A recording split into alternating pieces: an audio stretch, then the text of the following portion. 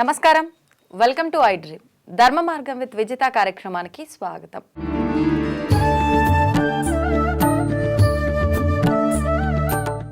ముందుగా ప్రేక్షకులందరికీ భోగి, సంక్రాంతి, కనుమ శుభాకాంక్షలు. అంటే సంక్రాంతి అనగానే మనందరికీ గుర్తొచ్చేది 3 రోజుల పండగగా జరుపుకోవటం ఒకటి. దీంతో పాటు భోగిపళ్ళు, హరిదాసులు, కోళ్ల పందాలు, పిండి వంటలు, గోవులని పూజించడం ఇదంతా కూడా ఆచరిస్తూ ఉంటారు ఈ 3 రోజులు. కానీ అన్ని ప్రాంతాల్లో 3 రోజుల పండగగా జరుపుకోరు. ఒక రోజుతో జరుపుకునే వాళ్ళు ఉన్నారు, 3 రోజులు జరుపుకునే వాళ్ళు ఉన్నారు. అసలు మనం ఈ పండగని 3 రోజులుగా ఎందుకు జరుపుకోవాలి, ఏ రోజున ఏ విధానాన్ని ఆచరించాలో ఇప్పుడు వారితో మాట్లాడి తెలుసుకుందాం. ప్రస్తుతం మనతో పాటు ఉన్నారు భగవద్గీత ప్రచారకురాలు గోవింద సేవ సత్యభామ గారు. ఇప్పుడు వారితో మాట్లాడి తెలుసుకుందాం. నమస్కారం అండి. ముందుగా ఐ డ్రీమ్ ప్రేక్షకులందరికీ నమస్కారం అండి. ఇప్పుడు నేను చెప్పినట్టుగా సంక్రాంతి అనగానే కొన్ని ప్రాంతాల్లో 3 రోజులుగా ఆచరిస్తూ ఉంటారు, కొన్ని ప్రాంతాల్లో ఒక్కరోజు మాత్రమే జరుపుకుంటారు. ఎక్కువగా అంటే ప్రాంతాన్ని బట్టి ఆచరిస్తూ ఉంటారు. అసలు నిజంగా ఇది 3 రోజులుగా జరుపుకునే పండగనా, ఒక రోజుగా జరుపుకునే పండగనా, ఏ రోజు ఏ విధమైన విధి విధానాలు ఆచరించాలి, ఈ భోగిపళ్ళ సాంప్రదాయం ఎలా వచ్చింది, ఈ విధానాన్ని అంతా కూడా తెలియచేయండి. సంక్రాంతి గురించి చెప్పమని అడిగారు. నాకు తెలిసినవేవో చెప్పే ప్రయత్నం చేస్తాను. మనకి కాలచక్రము 2 భాగాలుగా విభజించబడి ఉంటుంది. ఒకటి 6 నెలల పాటు ఉత్తరాయణము, 6 నెలల పాటు దక్షిణాయనము. అందులో ఉత్తరాయణం అనేది పరమ పవిత్రమైన పుణ్యపు ఆయనం. 6 నెలల పాటు కూడా చాలా పవిత్రమైనది అని భగవద్గీతలో కూడా ఉంటుంది. ఈ ఉత్తరాయణం అనేది సంక్రాంతి పండుగ నుండి సూర్యుడు మకర రాశిలో ప్రవేశించిన దగ్గర నుండి ఆరంభమవుతుంది. ఈ సంక్రాంతి పండుగ భారతదేశ వ్యాప్తంగా చాలా పెద్ద పండుగ. భారతీయులు మొత్తం అన్ని రాష్ట్రాల్లో, అన్ని ప్రాంతాల్లో కూడా వారి వారి ఆచారాలకు అనుగుణంగా ఉన్నంతలో కూడా చక్కగా చేసుకుంటారు. ముఖ్యంగా తెలుగు వారికి సంక్రాంతి పండుగ చాలా విశేషము, చాలా పెద్ద పండుగ. ఇది భోగి, మకర, కనుమ అని, ఆ తర్వాత ముక్కనుమ అని కూడా చక్కగా 4 రోజులు చేసుకుంటారు. అందరూ ఉత్సవాలు చేసుకుంటారు, యథాశక్తి పిండి వంటలు చేసుకుంటారు, అందరినీ సత్కరిస్తారు, బంధువులని అందరినీ సెలవులకి ఊర్లకు పెడతారు, ఆనందంగా గడుపుతారు. ఆ మధురపు రోజులు ఎప్పటికీ మర్చిపోలేరు. అంటే మన నిత్య దైనందిన జీవితంలో ఉన్న ఈ స్పీడ్, ఒత్తిడి ఏదైతే ఉంటుందో అదంతా కూడా సంక్రాంతికి ఊర్లకు వెళ్ళి వదిలించేసుకొని వస్తారు. ఆ విధంగా మనకి కంప్లీట్గా రిలాక్సేషన్ ప్రసాదించే పండుగ సంక్రాంతి పండుగ. ఆ పండుగ అంటే అందరికీ ఇష్టమే. ఇందులో ముఖ్యంగా మొదటి రోజు భోగి. ధనుర్మాసం నెలపట్టినప్పటి నుండి కూడా గోదాదేవి ధనుర్మాసమంతా శ్రీరంగనాథుడిని లేదా నారాయణుడిని లేదా కృష్ణ పరమాత్మని విశేషంగా ఆరాధించి ప్రేమించి ఈ నెల్లాళ్ళు కూడా ఉదయమే వేకువ తన స్నేహితురాలను కూడా తీసుకొని వెళ్ళి స్నానం చేసి స్వామి మీద పాశురాలు అంటే భక్తి గేయాలు రచించి స్వామికి తులసి మాలికలు సమర్పించి స్వామిని పొందాలి అని ఆరాటపడి ఆవిడ 4 రోజులు స్వామికి వ్రతము చేసి భోగి పండుగ రోజున స్వామిని వివాహం చేసుకొని స్వామిని చేరి స్వామిలో లీనమైపోతుంది. మోక్షపదానికి అంటే భగవంతుడి విశుద్ధమైన హృదయాంతస్యములో చేరిపోతుంది. కాబట్టి తమిళం వాళ్ళు అలాగే మన తెలుగు వాళ్ళు కూడా ధనుర్మాసం నెలపట్టింది, పండుగ నెలపట్టిందని చక్కగా ఇంటి ముందు ఊడ్చి కల్లాపులు చల్లి రంగుల ముగ్గులు వేస్తారండి. ఇళ్ళులన్నీ కూడా నెలపట్టిన దగ్గర నుండి చాలా శోభాయమానంగా ఉంటాయి. మనం వీధిలో పెడుతూ ఉంటే ఎంత అందంగా ఉంటుంది. ప్రతి ఇల్లు కూడా ఇంటి ముందు అందమైన రంగుల ముగ్గులు వేసి దాంట్లో గొబ్బెమ్మలు పెట్టి, గ్రామాల్లో అయితే దాని మీద గుమ్మడి పువ్వు కూడా పెట్టి అద్భుతంగా ఉంటుంది. అలాగా గొబ్బెమ్మలతోటి ముగ్గుతోటి ఇల్లు అలంకరించడం వలన వాకిలి లక్ష్మీదేవి అలాంటి ఇళ్లలో శాశ్వతంగా స్థిరంగా ఉండిపోతుందని శాస్త్రవచనం. ఇందులో ఇంకొక అర్థం కూడా ఉంది. మహిళలు ఎప్పుడు కూడా చక్కగా ఈ చీరలు కట్టుకొని, ఆడపిల్లలైతే ఓణీలు వేసుకొని పూర్వం గ్రామాల్లో సంక్రాంతి నెలపట్టిన దగ్గర నుండి సందడిగా ముగ్గులు అవి వేసుకుంటూ ఉండేవాళ్ళు. పక్కన వాళ్ళు ముగ్గు చూసి మెచ్చుకోవడము, మనము అలాంటి ముగ్గులు వేయడం, పోటీలు పడి ముగ్గులు వేసేవాళ్ళు అనమాట.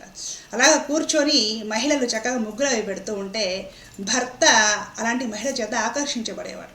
భర్తకి అనురాగము, ప్రేమ తన భార్య పట్ల పెరుగుతుంది. ఆ విధంగా సంసారాల్లో కలతలు, గొడవలు ఏమైనా ఉంటే కూడా అవి కూడా పోయేవి. అది కూడా ఒక అంతరార్థం. భార్యాభర్తలకి పరస్పర ప్రేమ, ఆకర్షణ ఒకళ్ళంటే ఒకళ్ళు ఉండాలండి. లేకపోతే ఆ కాపురం సజావుగా జరగడం కష్టం.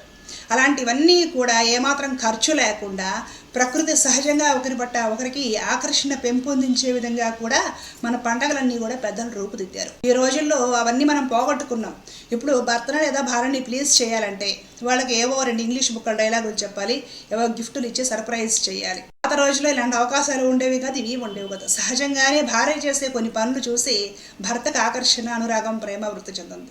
భర్త చేసే కొన్ని పనులు చూసి భార్యకు ఆకర్షణ కలుగుతుంది. ఆ విధంగా దంపతులు పరస్పర ఆకర్షణలో ఉంటేనే కాపురము, ఈ వివాహిక బంధం ముందుకు సాగుతుంది. ఈ ముగ్గుల వేయడంలోనూ, ఇల్లులు అలంకరించడంలోనూ అదొక అంతరార్థం. కాబట్టి పెద్దలు అది కూడా ఒక కారణం ఏర్పరచడానికి. ఈ విధంగా ముగ్గులు, ఇల్లులు అలంకరించడం ఇవన్నీ కూడా. అలాగే రకరకాల పిండి వంటలు చేస్తాము, నలుగురికి ఇరుగు పొరుగుకి పంచుతాం.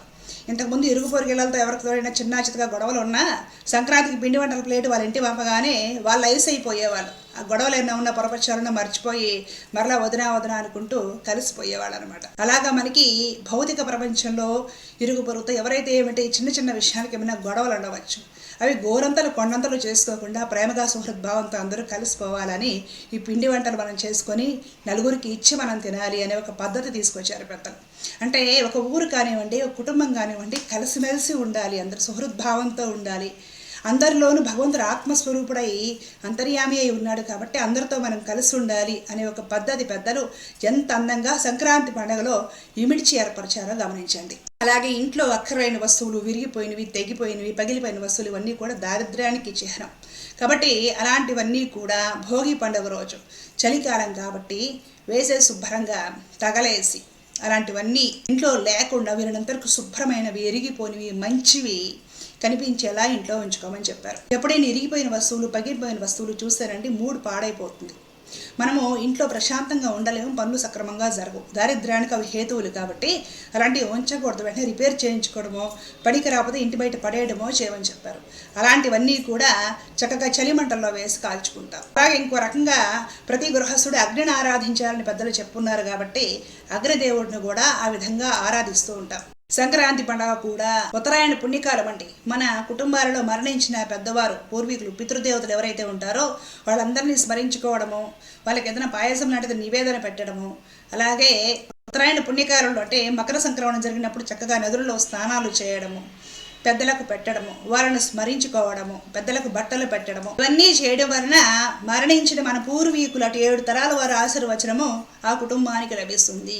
గాలిపటాలు ఎగరడంలో కూడా అంతరార్థం అది. ఏ ఇంటి పైన గాలిపటాలు ఎత్తుగా ఎగురుతూ ఉంటాయో పితృలోకాలలో ఉన్న పితృదేవతలు అంతా మురిసిపోతారట. తమ వారసులు, తమ పిల్లలు అందరూ ఆనందంగా కొత్త వస్త్రాలు ధరించి పిండి వంటలు తిని, అలాగే పితృదేవతలు పెట్టి వాళ్ళకి నమస్కరించుకొని ఇంటి బయటకు వచ్చి ఇంటిపైన గాలిపటాలు ఎగరేస్తూ ఉంటే పితృదేవతలకు చాలా ఆనందం కలిగి మీరు ఎప్పుడు ఇలాగే ఉండాలిరా, ఎప్పుడు తరతరాల పాటు ఇలాగే ఉండాలి అని పితృదేవతలు ఆశీర్వచనం చేస్తారట. కాబట్టి ఉత్తరాయణంలో గాలి కూడా ఉత్తరానికి కొడుతూ ఉంటుంది కాబట్టి గాలిపటాలు ఎగరేస్తాం. ఈ గాలిపటాలు ఎగరేసే సంస్కృతి చాలా మంచిది. దీనివల్ల కాన్సన్ట్రేషన్ బాగా మెరుగవుతుందండి. సైన్స్ ప్రకారము ఆకాశం వైపు ఎక్కువ చూస్తూ గాలిపటం ఎగరేసేంతసేపు కాన్సన్ట్రేషన్ ఆకాశం వైపు పెడతాం కదా, దానికి ఒత్తిడి తగ్గిపోయి కాన్సన్ట్రేషన్ బాగా మెరుగై, ఏకాగ్రత మెరుగై, మానసిక వ్యాధులు ఉంటే అవి కూడా తగ్గుతాయని సైంటిఫికల్గా రుజువైంది. చూడండి, మనకి శాస్త్రపరంగా ఒక గొప్ప మహత్వం ఉంటే దానిలో సైన్స్ కూడా ఇవి ఉంటుంది. మన పెద్దలు, పూర్వీకులు అంతటి గొప్ప వైజ్ఞానాన్ని మనకి అందించారు పండుగల ద్వారా, ఈ విధమైన ఉత్సవాల ద్వారా. అవన్నీ మనము మిస్ చేసుకోకూడదండి. వీరినంత వరకు ఉపయోగించుకునే ప్రయత్నమే చేయాలి. పిండి వంటల్లో కూడా పద్ధతి అదే. ఈ చలికాలంలో మనం చేసుకునే అరిసెలు, దాంట్లో బియ్యం పిండి, నెయ్యి, బెల్లము ఇవన్నీ వేసి చేసేవి ఏమైతే ఉంటాయో అవి శరీరంలో ఐరన్ని వృద్ధి చేస్తాయి, శరీరానికి పటుత్వాన్ని ఇస్తాయి, బలాన్ని ఇస్తాయి. ఇంతకు ముందు రోజుల్లో కూడా వీక్గా ఉంటే నేతరసులు అవే సున్నుండలు అవే తినిపించేవాళ్ళు. ఇప్పుడు మనం వీక్గా ఉండి విటమిన్ టాబ్లెట్స్, ప్రోటీన్ డ్రింకులు ఇలాంటివి ఏవో వాడుకుంటున్నాం. కానీ పాత రోజుల్లో పిండి వంటలన్నీ కూడా శరీరంలో పుష్టిని పెంచడం కోసమే తయారు చేసేవాళ్ళు. ఇప్పుడు మనం జంక్ ఫుడ్ తింటున్నాం, రోగాలు తెచ్చుకుంటున్నాం. కానీ సాంప్రదాయంగా వండే పిండి వంటలు ఏమైనా గమనించండి, శరీరంలో రక్తాన్ని పెంచడానికి, ఐరన్ని, కాల్షియంని పెంచడానికి, పుష్టిని పెంచడం కోసమే తయారు చేసేవాళ్ళు. ఏదో కాలక్షేపానికి చిరుతులు తినడానికి తయారు చేసేవాళ్ళు కాదు. కజ్జికాయల్లో వేసే కొబ్బరి కానివ్వండి, శనగపప్పు, బెల్లం ఇవన్నీ కూడా శరీరంలో ధాతు పుష్టి పెంచడానికి, రక్తం వృద్ధి చేయడానికి, ప్రోటీన్స్ అవన్నీ కూడా పెంచడం కోసమే తయారు చేసేవాళ్ళు. పిండి వంటల్లో కూడా అంతటి గొప్ప పరమార్థం ఉంది. ఆ రోజు మనల్ని నమ్ముకొని గ్రామాలు ఎంతోమంది పేదసాదులు పొలాల్లో పనులు చేసేవాళ్ళు, మన దగ్గర పనులు చేసేవాళ్ళు, గంగిరెద్దులు ఆడించేవాళ్ళు, హరిదాసులు ఎంతోమంది మన ఇంటి ముందుకు వస్తారండి. ఎవ్వరికి కాదనకుండా లేదనకుండా యథాశక్తి ఉన్నంతలో దానం చేయండి. మకర సంక్రాంతి రోజు చేసే ప్రతి దానము కూడా విశేషమైన పుణ్యాన్ని కలిగిస్తుంది. పితృదేవతలు ఆనందించి చక్కగా ఆశీర్వదిస్తారు. హరిదాసులు ముఖ్యంగా నామం పెట్టుకొని ఊర్ధ్వగుండ్రాలు పెట్టుకొని చక్కటి వస్త్రధారణతో కిన్నెరసాని వీణని మీటుకుంటూ మన ఇంటి ముందుకు వచ్చి హరికీర్తనలు పాడతారండి. అది చాలా గొప్ప సాంప్రదాయం, దాన్ని మనం కాపాడుకోవాలి. మన ఇంటి ముందు ఎవరండి వచ్చి ఉదారంగా హరికీర్తనలు పాడి మనకి పుణ్యాన్ని ప్రసాదించి శుభాలు ప్రసాదించి వెడతారు. అలాంటి హరిదాసులను మనం గౌరవించి వాళ్ళకి బియ్యము దక్షిణలు ఇచ్చి వాళ్ళని గౌరవించాలి. ఈ హరిదాస సాంప్రదాయాన్ని చక్కగా ప్రభుత్వం ప్రోత్సహించాలి. వాళ్ళకి మంచి సౌకర్యాలు సబ్సిడీలు ఇచ్చి హరిదాస సాంప్రదాయాన్ని ప్రభుత్వం చక్కగా ప్రోత్సహించి మన తెలుగువారి సాంప్రదాయాన్ని నిలబెట్టాల్సిన బాధ్యత బాలకులకు ఉంది. గంగిరెద్దులు వస్తాయి, డూడు బస్వన్నలు, సన్నాయి చక్కగా మోగించుకుంటూ వచ్చేవాళ్ళు. అందరినీ కూడా మనం యథాశక్తి దానము చెయ్యాలి, అందరినీ సంతోషపెట్టాలి. ఎంతమందిని మనం సంక్రాంతి రోజు సంతోషపెడతామో అన్ని రూపాల్లో హరిని శ్రీమన్నారాయణుడిని మనం సంతోషపెట్టినట్లే ఆ విధంగా లక్ష్మీనారాయణ అనుగ్రహం మనకి దొరుకుతుంది. ఆ తర్వాత కనుమ రోజు మనం పశువుల పూజ చేస్తాం. భారతదేశము వ్యవసాయం పైన ఆధారపడి ఉన్న దేశం ఎప్పటి నుంచి ఇప్పుడు అంటే రకరకాల ఉద్యోగాలు చేసుకొని వేరే వేరే మార్గాల్లో కూడా ఉపాధి మనం వెతుక్కుంటున్నాం, సంపాదించుకుంటున్నాం. కానీ భారతదేశం అయితే ప్రధానంగా వ్యవసాయం మీద ఆధారపడి ఉంది. వ్యవసాయానికి మనకి సహాయ సహకారాలు అందించే పశువులే కదా, గేదెలు, ఆవులు, ఎద్దులు ఇలాంటివన్నీ కూడా వ్యవసాయానికి మనిషికి స్నేహితుల్లా ఉపయోగపడుతున్నాయి. అవి లేకపోతే వ్యవసాయం చేయలేము. ఇప్పుడంటే రకరకాల ట్రాక్టర్లు ఇవి వచ్చినా కూడా ఇప్పటికి కూడా ఈ ఎద్దులు ఏవైతే ఉన్నాయో మన ప్రాంతాల్లో వాటిని వాడి వ్యవసాయం చేసుకుంటున్నారు. సేంద్రీయ వ్యవసాయం చేయాలంటే ఖచ్చితంగా ఎద్దులు కావాలి, గోమాతలు కావాలి. వాటిని కూడా మర్చిపోకుండా ఈ కనుమ రోజున వాటి కొమ్ములకి రంగులేసి వాటిని శుభ్రంగా కడిగి స్నానం చేయించి మెడలో కొత్త ఇత్తడి గంటలు వేసి కాళ్ళకు కూడా గజ్జలు కట్టి పశువుల మొహం మీద తిలకం కానివ్వండి, కుంకుమ కానివ్వండి, పసుపు కానివ్వండి అలంకరించి వాటికి ఆ రోజు చక్కగా ఈ కొబ్బరి పిట్టు అలాగే దాణ అవన్నీ కూడా చక్కగా తినిపించి వాటికి కూడా నమస్కరించి హారతి ఇచ్చి ప్రదక్షిణ చేసే సత్సాంప్రదాయం ఒకటి మనకుంది. ప్రతి ప్రాణిలో కూడా పరమాత్ముడు ఉన్నాడని భగవద్గీతలో స్పష్టంగా ఉంది. కాబట్టి మన పెరట్లో మన దొడ్లో ఉన్న పశువులను కూడా పరమాత్మ స్వరూపాలుగా మనం ఉపయోగపడటానికి భగవంతుడే ఎద్దుల రూపంలో ఆవుల రూపంలో వచ్చాడని భావించి వాటిని కూడా ఆ రోజు చక్కగా కడిగి అలంకరించి చేతులతోటి తినిపించి నువ్వు నా ఇంట్లో వాడివే అని ఆ ఎద్దుల ఆవుల గంగడోలలా నిమిరి రైతు సంతోషిస్తాడండి. అలాంటి గొప్ప సత్సాంప్రదాయం సంక్రాంతి పండుగలో ఇవిడు ఉంది. ఎక్కడెక్కడో చదువుకుంటూ ఎక్కడెక్కడో ఉద్యోగాలు చేస్తుంటే ఎక్కడెక్కడో స్థిరపడిన వాళ్ళు సంక్రాంతి అనేసరికి ఎప్పుడు ఊరికి పోవడానికి బోర్ కొడుతుంది అనే వాళ్ళు కూడా టిక్కెట్లు లేకపోయినా సరే తత్కాలో తీసుకొనైనా ఎక్కువ రేటు పెట్టి తీసుకొనైనా సరే చివరి క్షణంలో ఊరికి వెళ్ళడానికి ప్రయత్నం చేస్తారు. ఎందుకంటే ఆ ఊర్లోకి పెడితే ఆ సందడి, పాత స్నేహితుని కలవడం, బంధువుల్ని కలవడం, ఆ సరదా చెరువుగట్లంట గాలిపడాలు ఎగరేయడము ఇవన్నీ కూడా ఎంతటి ధనవంతులు సమాజంలో ఎంతటి స్టేటస్లో ఉన్న వాళ్ళని కూడా చిన్న పిల్లలను చేసేస్తాయి. మానసికమైన ఒత్తిళ్ళన్నీ, టెన్షన్స్ అన్నీ కూడా, కోపాలు, చికాకులు, ఎవరిపైన ఉన్న శత్రుత్వము అవన్నీ కూడా దూరం చేసేసి సహజంగానే అందరితోటి ప్రేమ సుహృద్భావంతో మనం కలుపుకోవాలి అనే ఒక ప్రేమను ఈ సంక్రాంతి పండుగ పెంచుతుంది.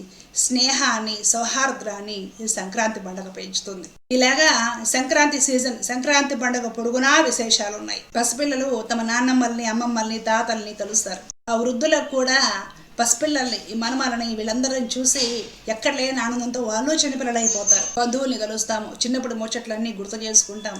ముగ్గులు పందాలని, ఎద్దులు పందాలని ఇలాగ ఆడవాళ్ళు, మగవాళ్ళు అందరూ కూడా వాళ్ళ సంతోషాల్లో తేలిపోతూ ఉంటారు. చెప్తూ ఉంటే సంక్రాంతి గురించి ఎంత చెప్పినా తనివి తీరదండి. అన్ని విశేషాలు సంక్రాంతి పండుగలో ఉంటాయి.